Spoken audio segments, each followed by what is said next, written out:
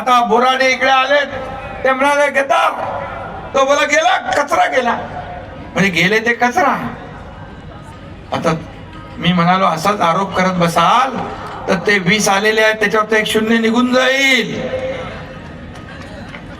आणि मग काय राहील. आणि म्हणून आत्मचिंतन, आत्मपरीक्षण करा.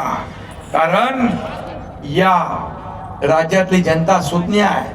काम पाहिजे त्यांना, काम करणारे लोक त्यांना पाहिजेत. आणि म्हणून माझ्यासारखा कार्यकर्ता खुर्ची शोधत नाहीत, काम शोधतात आणि लोकांच्या अडचणी शोधतात. याला म्हणतात कार्यकर्ता. आणि म्हणून ते मी काम करतोय.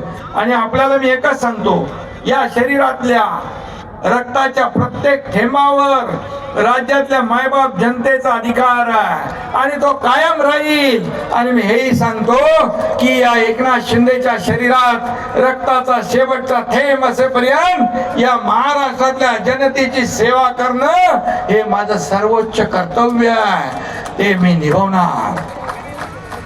आणि म्हणून